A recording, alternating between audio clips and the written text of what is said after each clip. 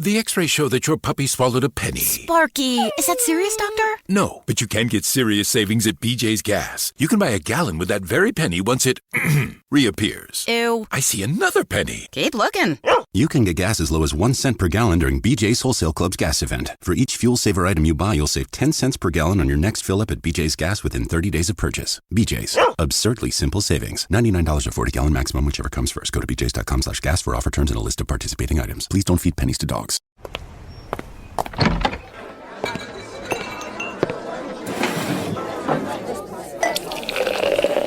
Hey, pull up a chair. It's Hacks on Tap with David Axelrod, Robert Gibbs, and Mike Murphy.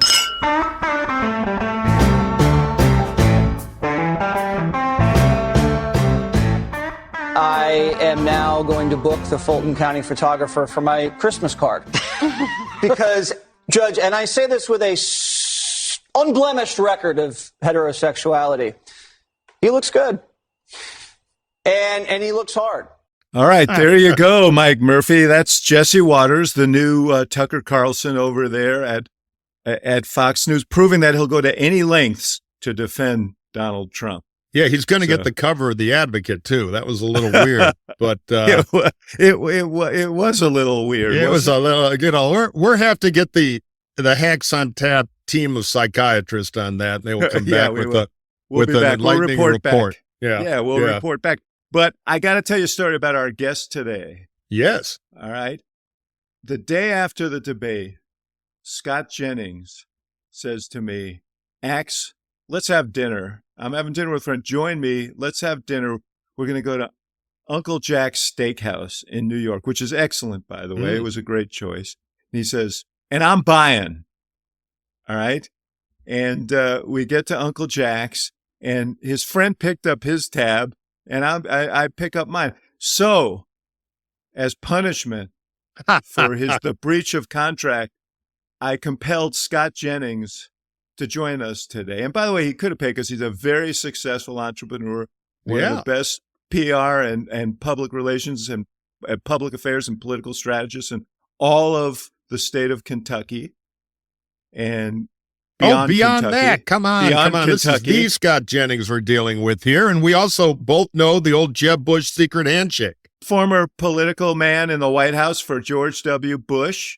In my defense, all I really meant was that I was going to show you how to fill out your CNN per diem expense report, which I'm happy to do. It's just a simple Excel spreadsheet. No, and being a good Democrat, Axe just sends the invoice to the federal government. Anyway, Jennings, it's good to have you. So welcome. now we not only have a mugshot, which Trump has predictably capitalized on.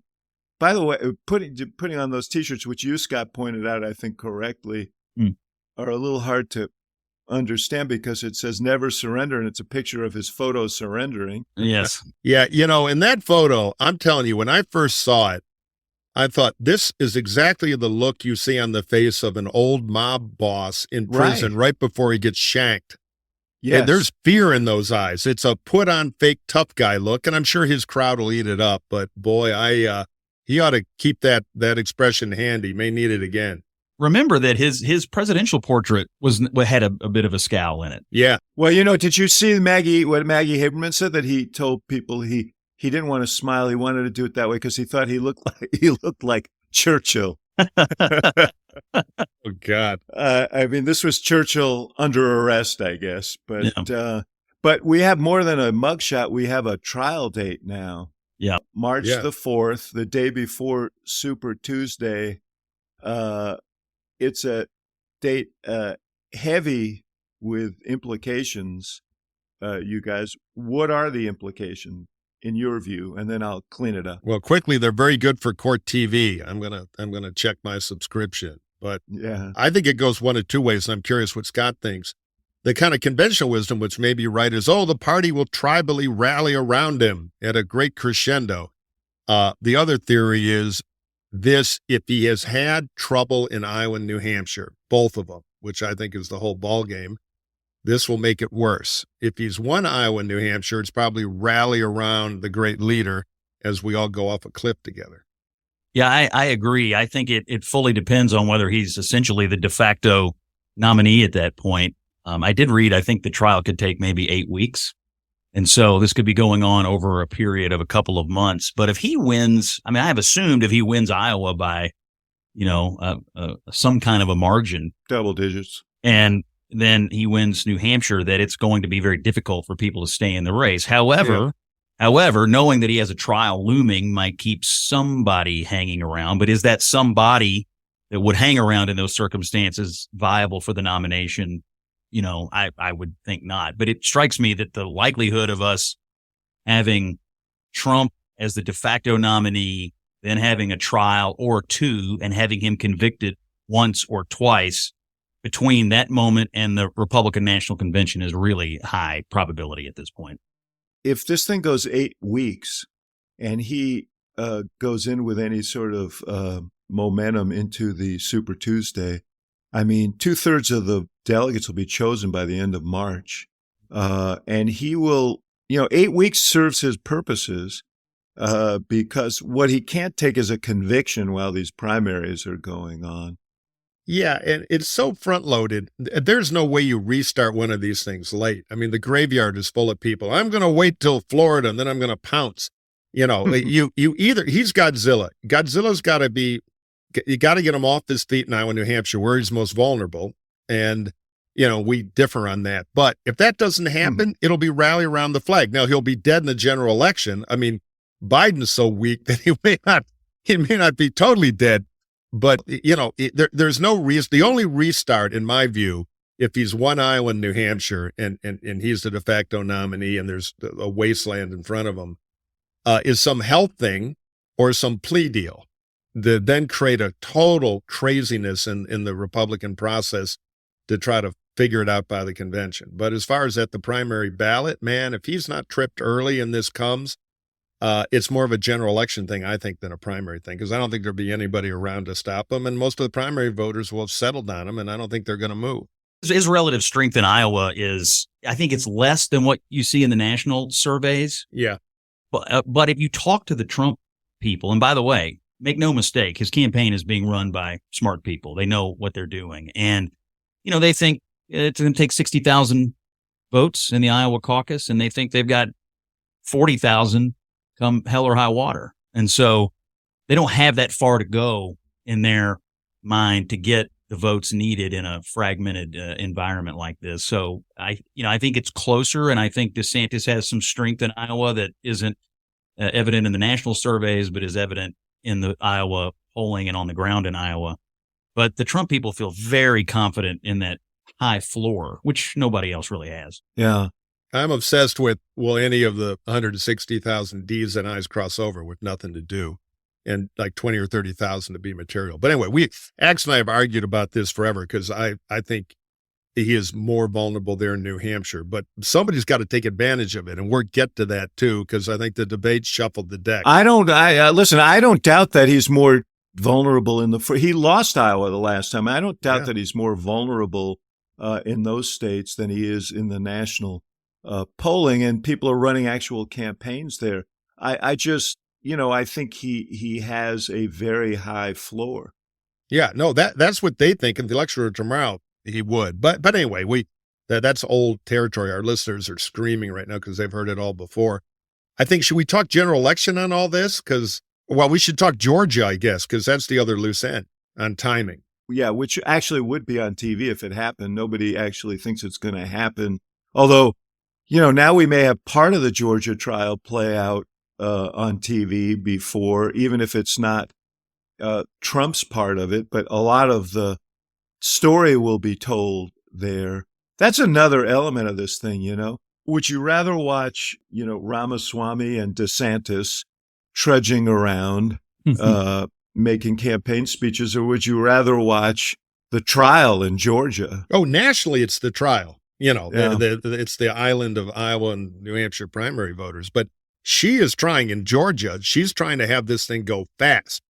And, in order to try them all together, there are others who want to go. The Georgia thing is still a big loose end. That could be quicker. Just to be clear and answer your question, I would rather stab myself in the forehead with a grapefruit spoon than listen to Vivek Ramaswamy I agree. give campaign speeches because I agree with you. But you know what? That little son of a gun is such a preening peacock, and he is taken a lesson from Trump, which is never back up, never recant anything. If things are inconvenient, deny having said them, even if there's tape of you saying it. And Scott, you I think said it last week when we were together at CNN. I think people, he is sort of singing from the MAGA hymn book, and he's a pretty good singer. There were people on our set who I think were saying, well, he's so obnoxious and so on, which he is. But that obnoxiousness, just as with Trump, is kind of an emblem to some of those voters. The question is just whether they aren't already committed to the real thing. No, I agree with all this, but I keep going back to how many hours of, well, I won't call it valuable, but measurable pundit time was wasted on Herman Cain and Ben Carson. There's always a sideshow candidate, and it just seems like I don't want to spend the minutes of my life too worried about him. I do think he could chip away at the Donald. I don't buy the theory he gets non-Trump voters. I think he's kind of the interesting, harder core version of some of that. But will he be material anywhere? Because I don't think he'll be nominated. I think that he could also chip away from DeSantis. Maybe. Well, that's why he's in the race. I believe he thinks he is in the race to help propel Donald Trump. I don't know if Donald Trump asked him to get in the race, but he might as well have, because everybody who likes him is already voting for Trump. But he is a surrogate for Trump who doesn't want to show up at any of this stuff. If Ramaswamy's in a debate, Trump doesn't have to be there. And Trump praised him, by the way, after the debate. He went on the air and lavishly praised him for his performance in that debate. But, he does do the sort of woke stuff more flamboyantly than DeSantis does. And so I do think he can keep some votes away from DeSantis as well. He'll wind up, unless we find some terrible scandal, which I'll pay 4-1 money on as people take a second and third look at him. He'll become a MAGA celebrity. He's invented a franchise. Good for him. I want to park for a second the question of Scott's scenario is like, what happens if Trump is the nominee and a convicted felon? And what do they do in Milwaukee? Well, let's just deal with it now. What the hell? There is I looked at sort of the number of delegates who are pledged on the first ballot, and it's really most of them. Right. So if Trump is the nominee, is there going to be a full-out rebellion where people legally test whether they're actually bound? Somebody might, but what I am not clear on is, I guess the convention can suspend its own rules, but some of these people may be bound by their states. By state rules. By state rules. Exactly. Yeah. Exactly. I remember, and the rules have been tweaked since then, but here's how old I am. Back in 1988. Here comes the McKinley kids, stuff again. Exactly. Mark Hanna said, no crooks on the ticket. Doesn't play in Ohio. No, we were worried in the Dole campaign, and the Bush people were worried back in 88 that if we ever had a multiple ballot convention, people start getting released. And the actual delegate bodies are often chosen by a different process. So they are instructed to vote by the state results. So on ballot 3, we find out that half our Dole or Bush delegates were Pat Robertson people. Right. And so, you assume all the delegates are rah-rah for who? No. Many of them are instructed, and eventually they get free. And back then, the movement Christians were very good at packing the delegate caucuses. So, it was kind of the zombie movie scenario where all of a sudden on ballot 3, they all get a signal and they turn around and kill whoever they're supposed to be voting for. So the convention is not built for multiple ballots. No. And you would also have to assume that there would be enough people on the floor who would be repelled by the idea of nominating a convicted felon. I mean, you would hope. As dumb as it sounds. We talked about this, okay? If the convictions come, the first one is likely to be that Washington, D.C. jury. Yeah. Now, people view these charges as the most serious, the ones that are being taken up in Georgia and in D.C.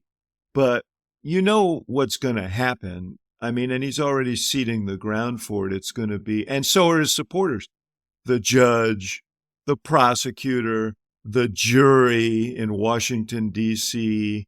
I don't know. I mean, I know that there's polling that says a conviction would be fatal to him, but I don't know that it's fatal to him in the nominating process. No. Oh, I agree with you. I think it would be fatal to him in the general election among regular people. But on the floor, the idea of a revolt against a former president who commands massive loyalty in the party. I mean, do I think someone's going to raise the question? Yeah. Do I think they're going to be shouted out of the room? Oh, yes, probably. And I think the Trump people are ready for it. Or beaten to a pulp. I totally agree with Scott. It's going to be tribalized. It's like trumped up, phony Democrat. Yeah. Look, if Joe Biden wants to make this thing cut in the Republican Party, he's got to throw Hunter in jail. Because that's what they're all going to say on the floor. Oh, come on. Hunter Biden's out running around, getting away with it. This is all politics. It's all bullshit. Trump's the only honest guy left. That's kind of where we become in our political culture. Tragic. All right, let me go to where I was going to go before I took us somewhere else, which is Nikki Haley. She had a great night, I thought. We talked about it last week, and so did we talk about it, Scott. I don't know. Do you guys have a sense of how she has capitalized on it? Because, I mean, I have not seen sort of the evidence of that. I've read that she's getting bigger crowds, she's getting more donors and so on. But do you see her sort of exploiting it in a way that is obvious? I thought she had a good night. I still do not see her moving up in this field because I have divided up this primary into two groups, people who came and formed their identities almost entirely before Trump and people who their identities were formed almost entirely after Trump. And I think if you came entirely before Trump, you're always going to have a real problem speaking the language authentically. And even though I loved watching her pummel Ramaswamy for his idiocy, I don't see it. I also think she leans in, truthfully, to the gender politics more than the average Republican would like. I praised her performance, and then the next day she's putting out videos to the song "Maneater," and I just think Republicans they don't like identity politics. And although she often says she's not running that way, she is running that way. And that's an example of a pre-Trump tactical view. It's funny that she used "Maneater" because she kind of treated Ramaswamy like a child. But here's the point I wanted to make. And Mike, you and I have talked about this. My question, and you raised it again last week, we talked about it, about Haley, is her propensity to kind of play it too slick, to try and straddle and so on. So listen to this clip. This was her on Trump, I think maybe yesterday. Donald Trump is a friend of mine. It was an honor to serve in the administration and work on foreign policy with him, and I agree with a lot of his policies. But the fact is, I don't know if it's 4 or 5 or 6 or how many indictments it is now, but he's going to spend a lot of time in a courtroom and not on a campaign trail. And my concern is we cannot have Kamala Harris as president. Again, I'm not a big Haley fan. I see this race as Donald Trump, who's a vile psychopath, destroyed my party, versus the most cynical politician I'm aware of in national Republican politics. She pirouettes more than anybody. And here she is doing three-dimensional Vulcan chess again. And it's a little too clever by half. My view of the debate, to your first question, is she had the best night, and it got her into the race. Now, is there Haley mania in the country? No, but this is still an August debate before the early states. I mean, we keep expecting, we're covering this thing like it's a general election presidential race. I do think what changed in her world is she now is likely, because there's this movable feast of Republican donors who don't want Trump, mostly for pragmatic, some for ethical reasons.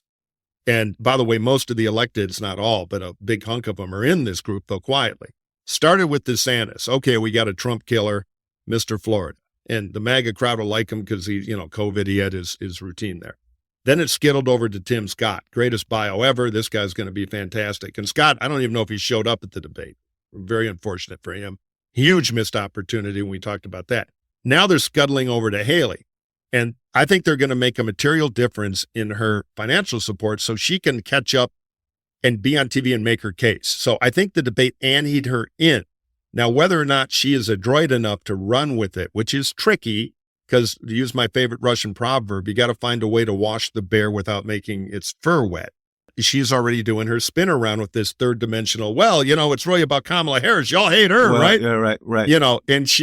And when Trump hits her, I think she'll wilt, but we will find out. She is anteed in now. That's a different situation than we were in The a week reason that she was good on that stage, though, was that she looked like she had the gumption to take Trump on, and not just on the fact that he couldn't win, but on some of the things that he had done. Now, she took him on policy. Yeah. But, the weird thing about what she just said, what you just heard, is she talked about how proud she was and how much she agreed with his foreign policy. The thing that she flayed, Scott, the thing that she flayed Ramaswamy about was his position on Ukraine, which is Trump's position. Yeah, well, you can't say, I love him so much, I want him dead, because her actions are belaying, because people know, wow, you start by lying to me. She's the big anti-Putin person, and she's wrapping her arms around Trump's foreign policy? Well, she has to, because she held a foreign policy position. I think she'd be hard pressed to denigrate her own service. I think I'm talking about his position now. I know, but to run against, to openly say, Donald Trump took us in the wrong direction would be to say. You know what? You got to be genuine, and you should say he is wrong about that. But how do you say that if you were the implementer of it at the United Nations? Well, she wasn't implementing. When did Haley leave? Early on. She didn't last that long. Yeah. So I think she could get away with it. Well, I think her positioning at the debate was sort of fascinating. She was the first candidate on the stage to actually attack Trump. I would have bet dollars to donuts it would have been Chris Christie. And he got some early questions and totally. Yeah, surprisingly. Couldn't get the gun out of the holster. He just went right. He just ignored it. And then she turns and wheels on everybody up there, including Pence, and says Trump adds, trillions to the national debt. But then later she looked into that crowd's eyes and said, this is the most unpopular politician in America. And, this was supposed to be Christie's moment to do those things. And he tried, but she wrestled that mantle from him. And also had the most effective attacks on Ramaswamy, who was effectively a Trump surrogate. So I actually saw her coming out as kind of jumping over Chris Christie for I guess I am the anti-Trump candidate now. The more acceptable one, though, the spending attack was good. I mean, Christie is just peak. But she's forgetting the first rule of the music business, play the hits. So she did the debate. She had a hit. So what do you do the next day? You do it instead of this wobbling back. Yeah. That's my point. Once remember Kamala Harris attacked Biden in the debate back in 2020, I guess 2019, and she got a lot of attention for doing it, but then backed away from all of it the next day. If you're gonna really score, then the things that you say on the debate stage are a predicate for what you're going to say the next day and the next day, and you're going to build on that. And that is what I don't see her doing. I'm so surprised they didn't just, where I'd go if I were them, to try to do this hybrid thing, is, look, he started strong. I was proud to be in the administration during our early victories. Then he went off on the wrong course. He spent too much. He got too close to Putin. He started worrying about himself more than bing, bing, bing. So she has a permission structure to not hate Trump, but be the future. And instead, it's all this, I love him, I hate him, Kamala Harris, and it's too clever by half, which is always her problem. Okay, then let's take a break right here, and we'll be right back.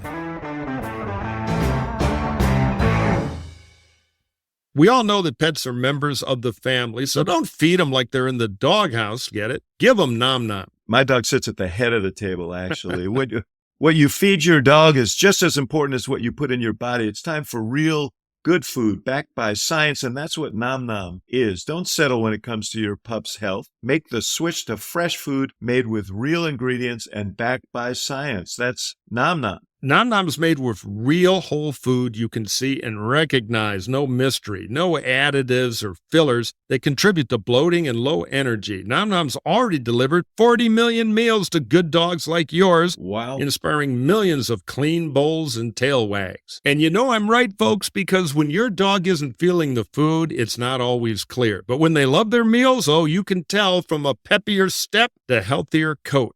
And that's what happens when you switch your dog to Nom Nom. Plus, Nom Nom comes with a money-back guarantee. If your dog's tail isn't wagging within 30 days, Nom Nom will refund your first order. No fillers, no nonsense, just Nom Nom. I think Daisy's going to be eating some Nom Nom because I care like you care about your pet's nutrition. No fillers, no nonsense, just Nom Nom. How do you get it? Well, go right now and get 50% off your no-risk 2-week trial at trynom.com/hacks. Man, you can't beat that 50% off. Spell trynom, NOM.com/hacks for 50% off. Trynom.com/hacks.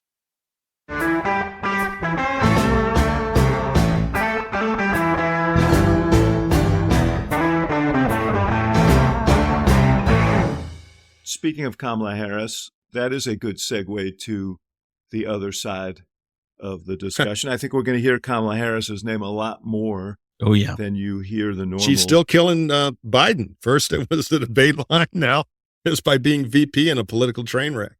Well, but he selected her. You know? I mean, I used to say like that the first and most important in some ways presidential appointment you make is when you choose your running mate. And they made a 3-month decision that they now have to that they're now going to have to live with. But but I don't think that's his biggest issue. And there was a new AP poll today with the NORC at University of Chicago. It really focused on the issue of age. People volunteered, in open-ended questions, what's the first thing that comes to mind when you think of Biden? And like 40% said age or sort of disability kinds of answers. I mean, I just think this thing, it continues to loom large. And what you're setting up is like a choice of risks in people's minds. And let me just parenthetically say, which will separate me from you two guys, I can make a very strong case for Joe Biden based on the merits of what he's done. I feel very strongly about that. But this age piece looms large, and it's going to be which guy is riskier, the crook who tried to tank democracy or the guy who's going to be 86 at the end of his term. And the country perceives cannot run the economy, which is the bread and butter of a presidential reelect. And if they don't fix those numbers, you put the two together, he's too old and he doesn't know what he's doing, and it's hurting me economically. Even a box of hammers like Trump has a shot. I was on CNN Sunday morning right after Bernie Sanders, who I guess had come on the show to be a surrogate for Joe Biden. He was campaigning for him in New Hampshire, and he spent 90% of his time telling us how much healthcare and the economy in the United States sucks. And he just couldn't stop talking about it. And I'm like, well, we're living under Joe Biden as vice president's healthcare, triumph, Obamacare. We're living under what he calls Bidenomics. And Sanders is just going on and on and on about it. And then he pivoted and said, yeah, but we have to save democracy. But I think Mike is right. I think that people are not happy. I've heard the Biden surrogates say, well, he's just not being heard. And it's we've got to communicate better about it. You can't communicate people out of how they're feeling about their own personal anxiety and what they're experiencing in their own life. And I think if they assume that's the problem, it's going to be a real issue for them. And it's obviously why they're begging for and need Trump in this race, because anybody south of 70 who isn't in jail is going to be able to make this case against him. I saw that interview with Sanders. I had a slightly different interpretation of it. I mean, Bernie was doing Bernie. I'm sure if he were here, he'd say we're better off than we were before Obamacare and before the things that Biden has done.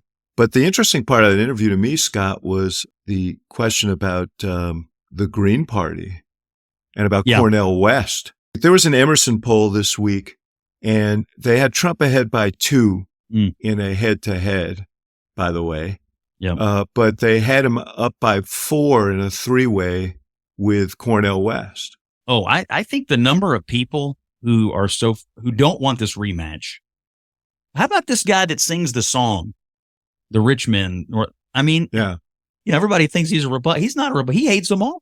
Well, how many people out there feel that exact same way and would choose any third door just to not have to make this choice? It's probably more than we know. Yeah, I totally agree with that. There's been this strain, too, of younger voters feeling alienated from Biden. Now, they're behavioral Democrats. In the end, you ought to be able to get them.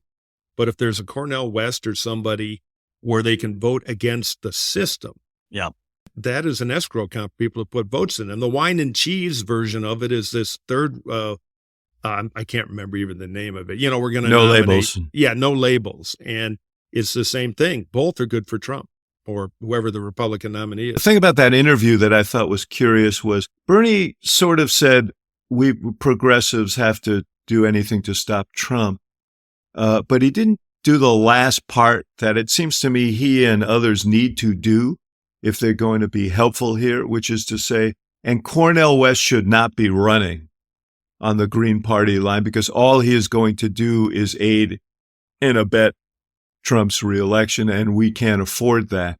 They really need to start saying that. He was very gentle. Yes. This is my friend, and I understand. And he made the case over democracy, but it was not a raw, hey, man, I love you, but don't tank the election. He did not get anywhere near that sort of direct line. But there are other issues out there, obviously, that are animating the electorate. I mentioned last week that of the special elections that we've held this year, 38 of them, I think in 36, the average Democratic turnout was 10 points above normal Democratic participation.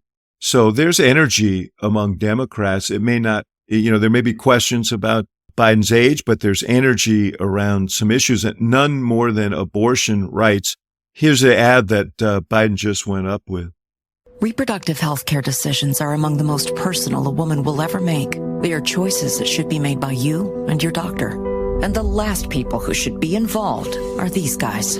First of all, I'm the one that got rid of Roe v. Wade. Florida Governor DeSantis quietly signed into law one of the nation's strictest abortion bans. Governor DeSantis, you signed a 6-week abortion ban in Florida. I believe in a culture of life. If I were president of the United States, I would literally sign the most conservative pro-life legislation that they can get through Congress. Do you believe in punishment for abortion? Yes or no, as a principle? The answer is that there has to be some form of punishment. For the woman? Yeah, there has to be some form. President Biden and Vice President Harris are determined to restore Roe v. Wade, and they will never allow a national abortion ban to become law. As long as they are in office, decisions about your body will be made by you, not by them. Poor Tim Scott, he's trying to give the clever answer, which is that could get through Congress. That's the trap door. In other words, nothing, but nobody in voter land knows. That's the answer a member of Congress gives. Yeah. So I don't know. It's a huge channel changer, which is exactly what the Biden guys are trying to do. Hey, let's have a big fight about crazy Republicans on abortion rather than you hate me on the economy. And as big as it is, economy's still number one.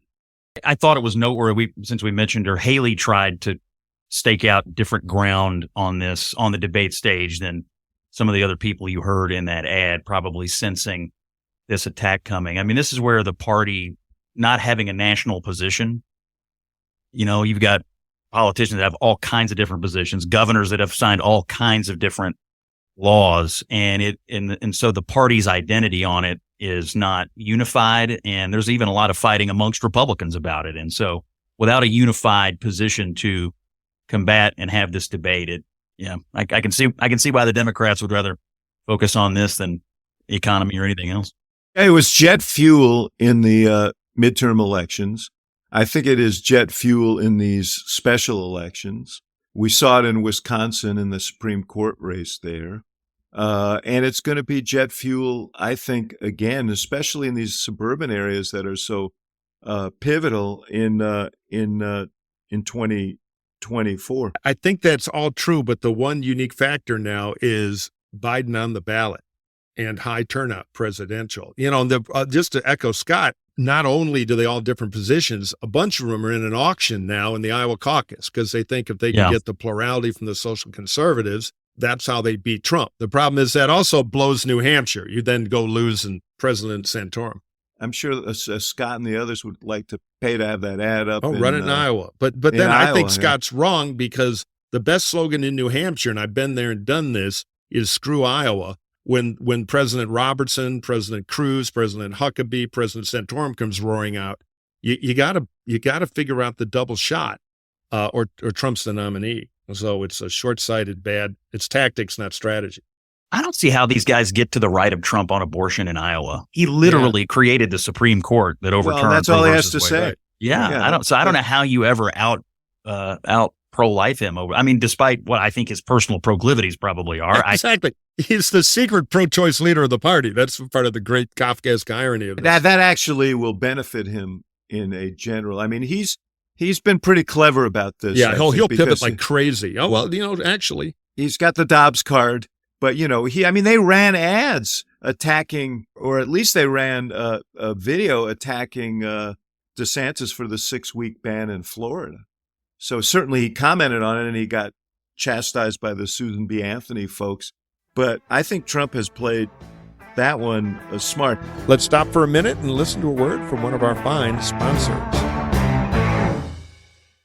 The x-rays show that your puppy swallowed a penny. Sparky, is that serious, doctor? No, but you can get serious savings at BJ's Gas. You can buy a gallon with that very penny once it reappears. Ew. I see another penny. Keep looking.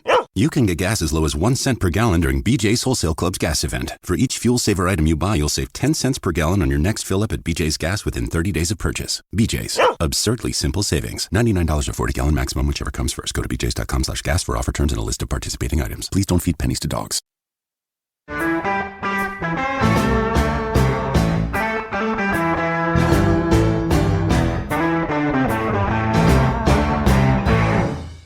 Hey, Scott, you're a consigliere to Mitch McConnell. We should have mentioned that. I got 2 questions about what's going on in Congress. One is, you saw on that stage the deep, deep divide about Ukraine. Yeah. Ramaswamy, DeSantis on one side, Pence, Haley, and Christie on the other. But it's noteworthy that the 3 leading candidates in the Republican primary right now all are opposed to additional aid for Ukraine. Biden's asked for it. What's going to happen there? Because I know this is an issue of concern to McConnell. Yeah, I think there remains broad consensus in the Congress across both parties to continue to help the Ukrainians defeat the Russians. What that ultimately looks like in the final number, I don't know. But I think the people who want to cut it off are in the vast minority, even though there is political energy for that as it relates to McConnell. I think he sees this foreign policy direction of the Republican Party as his last big fight as it pertains to his own legacy. Are we going to be the party that helps uphold the post-World War II order? Or are we going to be the party that shrinks into isolationism and turns a blind eye towards dictators and the worst people in the world? And he takes this fight very seriously and is going to fight every day to make sure there are as many Republicans in Congress as possible that are educated about what bad things would happen if the United States turns its back on the world.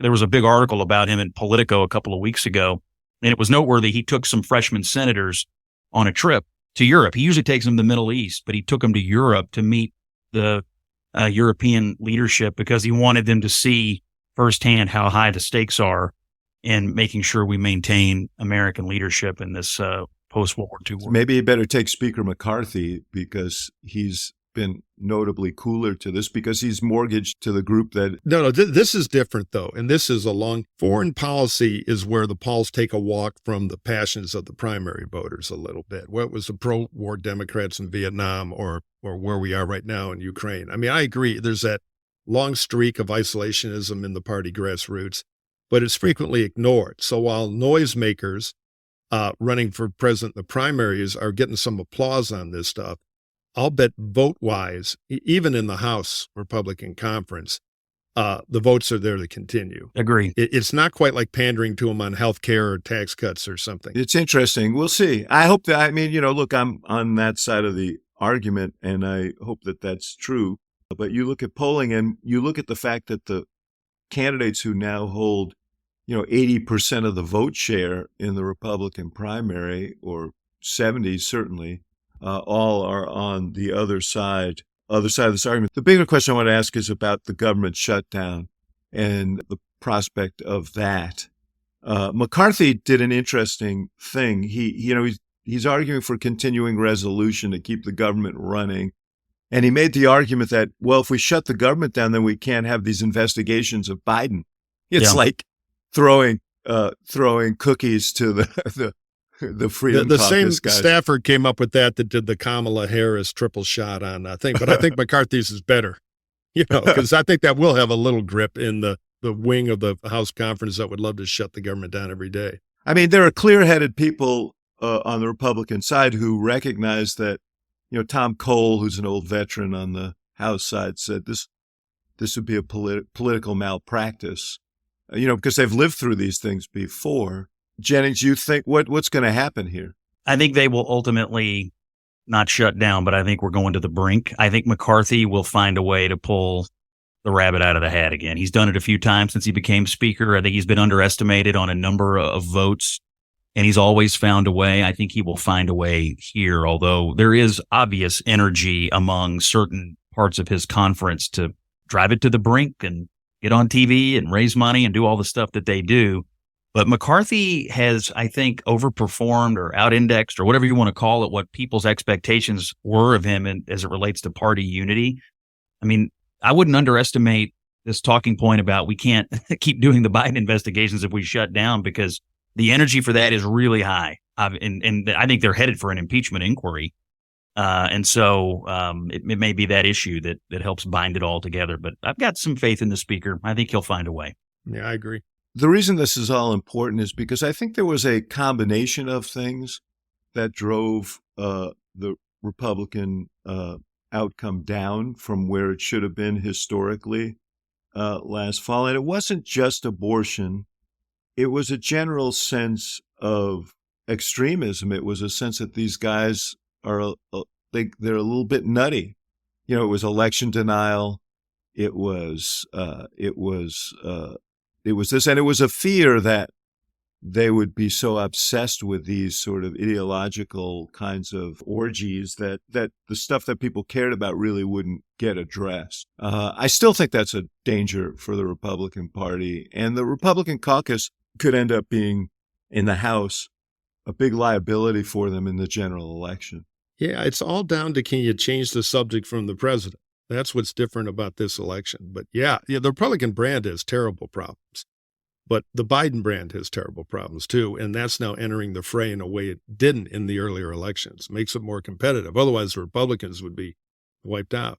There's an interesting duality in some of the polling, though, where I agree with you. The independents fled some of these Republican candidates because they just, despite their misgivings about Biden, couldn't stomach it. But on the other hand, there was some survey data over the summer that indicated voters trusted the Republicans in Congress more than they trusted Biden to handle the nation's problems. To Mike's point, Biden's brand is that bad. And so I don't, some of this may be dictated by who the presidential nominee is. If it's somebody that's not Donald Trump and can present a rational sort of program for the country, some of that misgiving about down ticket may settle down. If it is Trump, it's not going to settle down. And my suspicion is the independent voters will do the same thing in 24 that they did in 22. And that's hold their nose and vote for a Democrat they don't think is all that up to it or doing all that great of a job. Particularly if they don't have a lot of escape valves. Right. Like, the third way thing and all of that, or Cornel West. This is like an hour of therapy for Murphy, who's in the Bay. He's in the bunker in Los Angeles, waiting out this sort of ongoing disaster, and hoping that he can emerge into the bright light of day after 2024. No, I just want to save the country from socialism, but keep going. Well, what about fascism? Well, the problem is that's the bigger problem in the short term. But I hate the Republican Party giving up the conservative cause to the lefties on your side because we've got a neo-fascist clown with a grip on half the primary vote. Yeah. This is a longer discussion. We don't have to drag Jennings into this about what this has been going on for years. What you brand as socialism is actually pretty popular. People want health care. They want Social Security and Medicare. They want, so we're getting into the DNC hour here. So, no. I'm just telling you. But what I was winding up to is a question to Jennings. What is your current thinking about who the Republican nominee is going to be? Well, I wrote for the LA Times after the debate. I didn't think it had changed much for me that Donald Trump was highly, highly likely to still be the nominee. I still think he's going to be extremely hard to dislodge. I do think DeSantis is in better shape in Iowa than people believe. I think the national narrative on him, I mean, he's an interesting guy. Trump, never Trump, Democrats, media are all in a four-way handshake about destroying Ron DeSantis. There's a reason for that. And so everything you hear about him nationally, I think is for a reason. But in Iowa, I think he's got something going. I still think it's going to be extremely hard to dislodge this guy. There was a poll out of Georgia this morning. So following the Georgia indictment, Trump went up several points, even in Georgia, which has not been a great state for him. And the governor there obviously has been warning people about moving off of him. So he's more than 40 points ahead there. So, given what we know about Republican reactions to these indictments so far, and given that the fragmentation in the field is showing no signs of clearing up, I'm forced to tell you there's a high likelihood it's going to be Trump again. No doubt he's the front runner. My thinking, and I've been here forever. And by the way, Rove was here. I haven't talked to Carl lately, but 4 months ago we were hanging out at something and we both said, no, Trump's not going to be the nominee. I say it publicly. Carl hasn't. And it has, the last 4 months have been a lost opportunity for the alternatives. None of them have run a message campaign worth a damn, in my view. I think Trump is more likely not to lose the Iowa caucus. Very conservative. Very contrarian view, but I'll keep banking on that. My worry is when that happens, none of these characters, including DeSantis, are running the campaign they need to beat him twice in a row. So what will happen is they beat him in Iowa, then Trump has a comeback in New Hampshire. So all of a sudden, Mr. Loser is Mr. Winner, and he runs the damn table. That's what I'm worried about. Because beating him once is not enough. You got to do it twice, and then it could cascade. And I'm not seeing a campaign right now, though it's early. We're in the business of being ahead of the voters here, which is dangerous. But that's what's worrying me. I'm seeing people running one-note, old school Iowa President Santorum campaigns right now, which are not enough to beat Donald Trump. Okay, let's take a break right here for a word from our sponsor, and we'll be right back.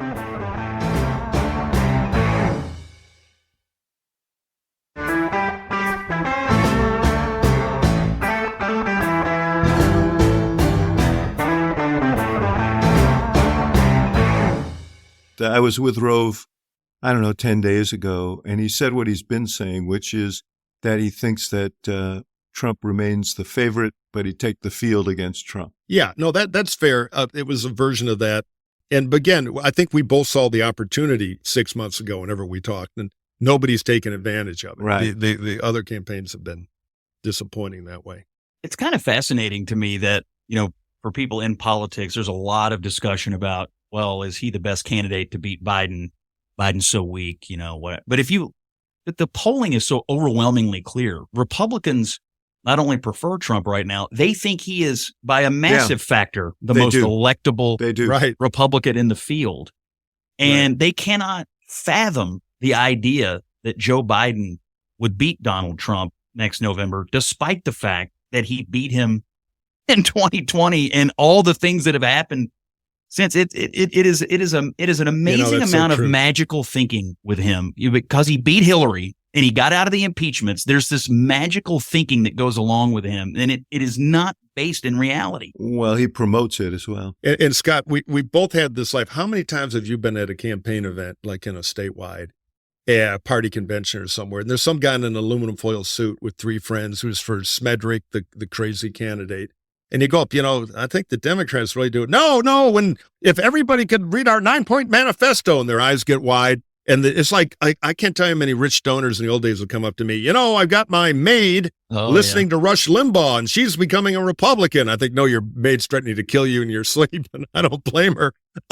So they just think that shouting the stuff they love louder wins the general election. There's no calculation in this. It's an emotional thing, and Trump's got that going. They all think he'll beat Biden. In poll after poll, including in Iowa and New Hampshire, people think that Trump is the most formidable candidate. And I do think that's an important number and one to I agree. To watch. But this is he's turned this into something other than a political campaign, right? He's turned this into sort of show 'em cultural war. Yeah. and either you're in or you're out, right? And he's done well with that.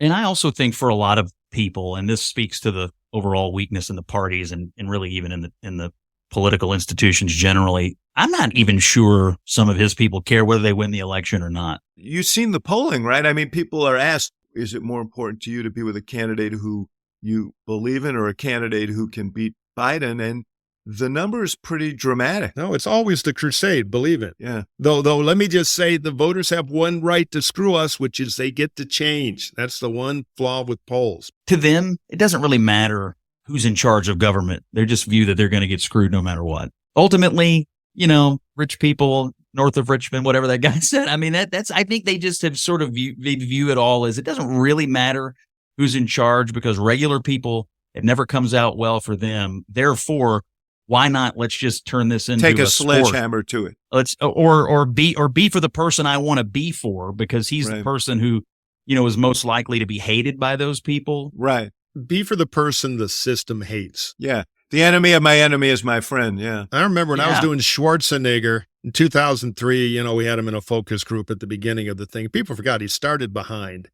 And it was in the middle of the recall campaign. And somebody in the focus group was sounding off about he's a dumb actor. He doesn't know anything. And one guy spoke up and said, look, I don't think he even knows where Sacramento is, but he's got a driver. And that driver will drive the Hummer there because the driver knows where it is. And when he gets there, he'll open the trunk, take out a rocket gun and blow the place up. So he's got my vote. And a bunch of other people just lit up. It's punished the system. So whenever we have people attack, all my Democrat friends are like, well, we're hitting with a good New York Times editorial. That'll do it. All that stuff is fire. It's fuel for Trump. You know what else those people are crying out for? They're crying out for the mailbag. It's listener mailbag. And we don't want to disappoint them. Tell them. We don't. So if you have a question for the hacks, you can email it to us at hacksontap@gmail.com, hacksontap@gmail.com. We're thinking of doing the phone message thing, but we move slow, so stand by for that. But we'd love to hear your questions.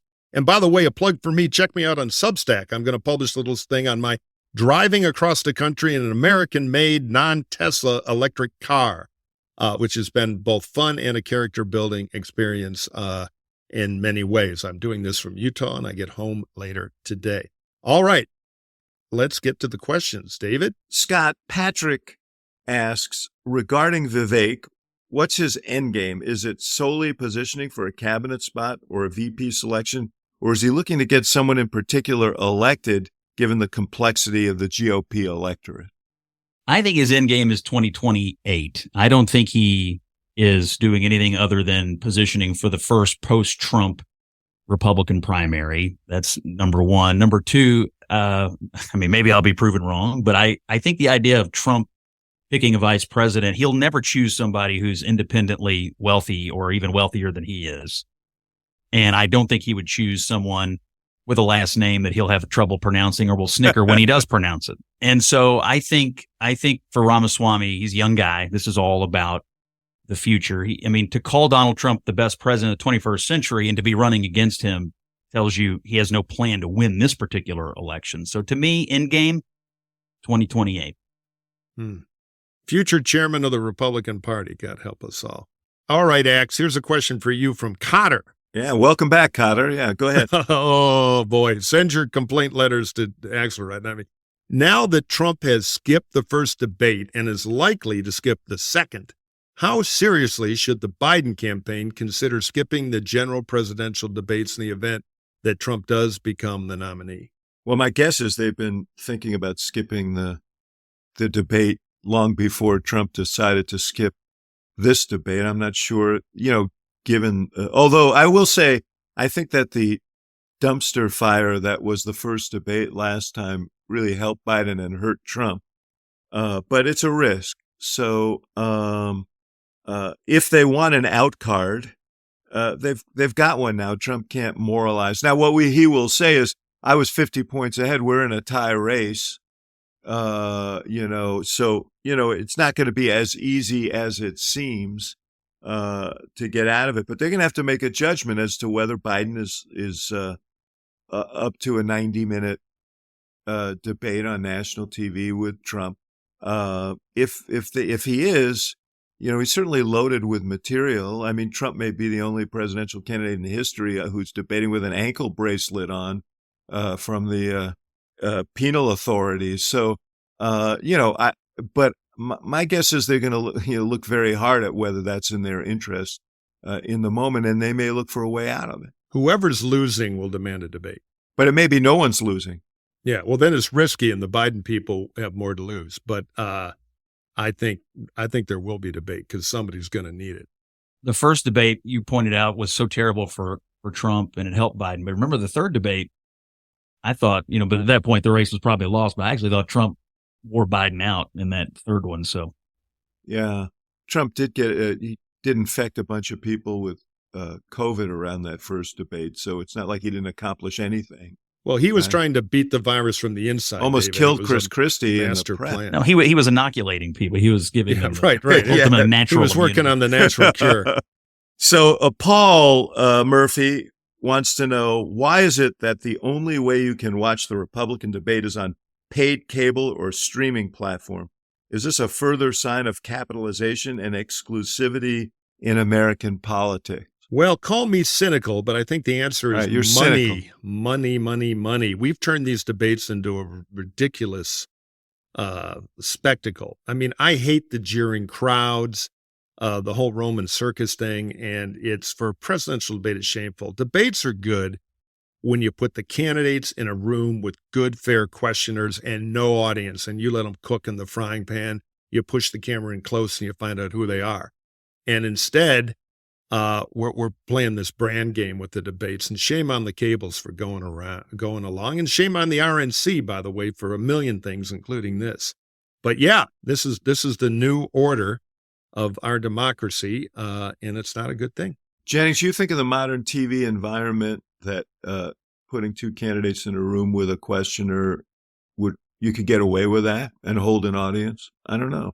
Well, I think if I were going to do it, I would gamify it. I would take all the candidates who want to participate, put them on a note card, drop them in a hat, and have a spectacle of drawing two names out of the hat and say, tonight it's going to be these two, and do it over a series of nights. And that way, though, I wouldn't let anything like donors or polling deter. I would just purely pull it out of a hat and say, if you want to debate, you got to be here and be ready to do it tonight. And we're going to pick a cut and just do it over the course of a week. I think it'd be far more watchable and interesting because of the randomization of it. But who gets to choose the hat? Well, you get a monkey to pick it. Who wrote the names on the cards? Scott. We have a Hacks on Tap book club at hacksontap.com/book club. And I understand you have a book to recommend to our readers, and they can buy them at that website. I do. I love the Old West, and I just finished a book on Audible by an author who I adore named Tom Clavin called Wild Bill, about Wild Bill Hickok, who had quite an amazing life. Clavin also wrote a book about Tombstone, which was the first place I found him. But if you like Old West and the figures of the Old West and these old gunfighters and the crazy lives they led, Clavin has it nailed. Wild Bill by Tom Clavin. Cool. I'm gonna throw out an oldie while we're at this. The Last Campaign, it was a book by Thurston Clark. Not a long book, because it wasn't a long campaign, about the last campaign of Bobby Kennedy. And it's really, really worth reading. Good book. Before we go, I just have to share, Murphy, one of the great lines about your guy, Doug Burgum, in the debate. My guy. Joel Heidkamp, who's Heidi Heidkamp's brother, who is a talk show host in North Dakota, said that Burgum looked like a guy who was going to ask the others for their autographs, which I thought was a pretty good line. That is almost as cruel as the some Guardian writer in the UK who referred to Ted Cruz as a sitcom vampire after one of the debates, which I think is always my favorite. But poor Burgum, I'll just say in his defense from a terrible debate performance, that if you look at life accomplishments, he's in many ways the most impressive guy on the stage, but America will never know it because he did look like a tourist. Yeah. I mean, I actually didn't think he was as bad as others did, but he was sort of a non-factor. There were flashes there. Now he's scrambling to get on the next debate stage. If there was a time machine and 5 years ago he wanted to do this and he planned it right and got the skills, it could have been something. And I saw that opportunity in it when he announced. But if there was a time machine, you'd take us all back to the 80s and everything would be great.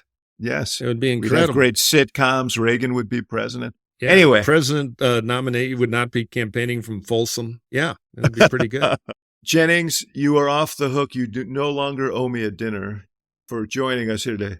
I feel like I should. The true truth of what happened is, we were on the air and then we went to dinner and we had to go back, but I left all my stuff in the green room, including my wallet. That's why my friend bought my dinner. And I couldn't get the waiter's attention to see if they I would would have take bought Apple you Pay. dinner, man. You should have said something. And so anyway, I was embarrassed that I didn't, a male went to a steak dinner and didn't take his wallet. I feel like an idiot. I know from personal experience, Axe will get even. You're now voting 5 times in every election in Chicago for the rest of your life. But what it says to me is that you have some latent Trump-like tendencies. Yeah. Oh, geez, I don't know. I forgot my wallet. Can you pick up that check? All right, guys. It was great fun. to be with Thank you, Scott. Good to see you, Axe. We'll see you next week. Bye. Take care.